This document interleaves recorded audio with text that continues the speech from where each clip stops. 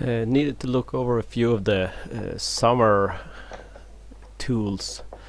This one I had running when clearing a few of those aspens last summer, and it didn't detach fully. It kept spinning, and so I wanted to do a quick look at the clutch on this one. These are very simple machines, just a few bolts and you can get the covers off.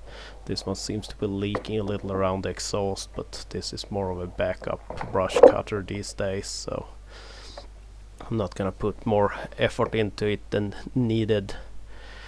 So getting the clutch apart, there is quite a bit of rust in here. Partly it's probably because during the summers here and there they are left outside in the weather where we are working.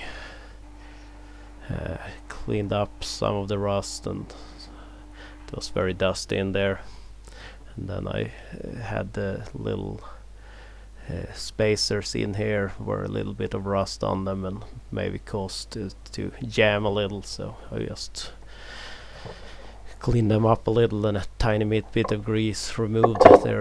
There's been a break and lost the gas cap at some point, and there was left one of those plastic things that makes sure you don't lose it. So while it was in pieces and easy to tip around, and fuel tank is drained, so then a little bit of cleaning on the other saw. This is my main brush cutter that I normally use when possible. This one last summer stopped working the kill switch on it, but I didn't see it as a big problem, so you just flipped the choke on and it died right away, so I kept using it like that. But found a loose wire down by the engine, so hopefully that has to do with the or it has to do with the kill switch, but it's not like it's maybe there's starting to be a break in the wire somewhere, because I don't get a clear signal with the voltage meter. It's still resistance quite a bit up to the switch, it seems. So they were bolted back up. I need to add some grease to the little gear at the bottom, but that I didn't have the grease tube for that in the garage right now.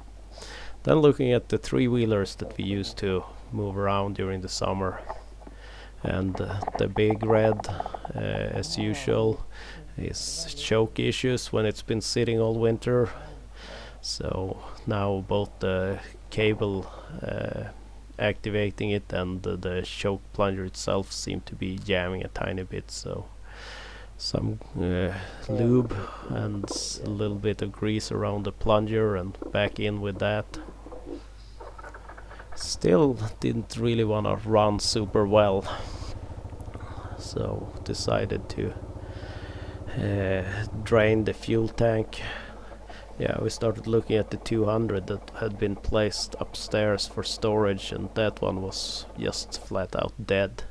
But we brought it down, and that one we also were gonna get started today, or the day we worked on this. I also, since we were up here, I brought down my old beater motorcycle.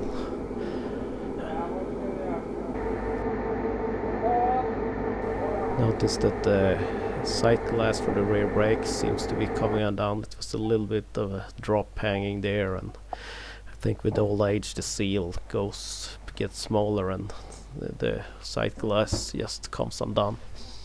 Drained the 250, the tank, filled some fresh fuel, and then drained the carb.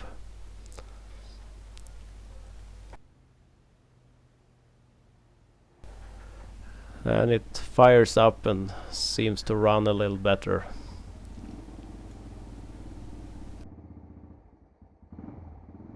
Took it for a test spin. They are doing a little logging on a property next to mine. Well, they are running quite new green machines, so couldn't resist doing a little bit of donuts out on the ice, and since it's a little uphill here, it was like I almost got stuck. I had to really bring the revs down. Yeah, some gearbox oil was added to the old red tractor.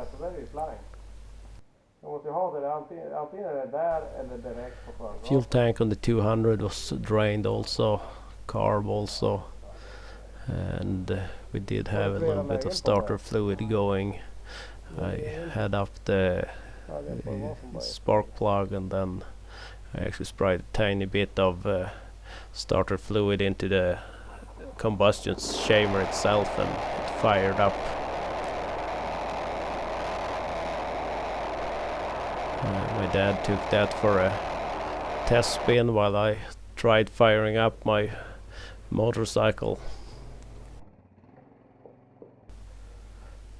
Took a little bit of cranking, but it's been sitting all while we'd had the charger on it also for a day, because it was a little bit low. Turned out I hadn't fully engaged the choke, that's why it's died on me, I think, because when I pulled that lever all the way it idles so fine.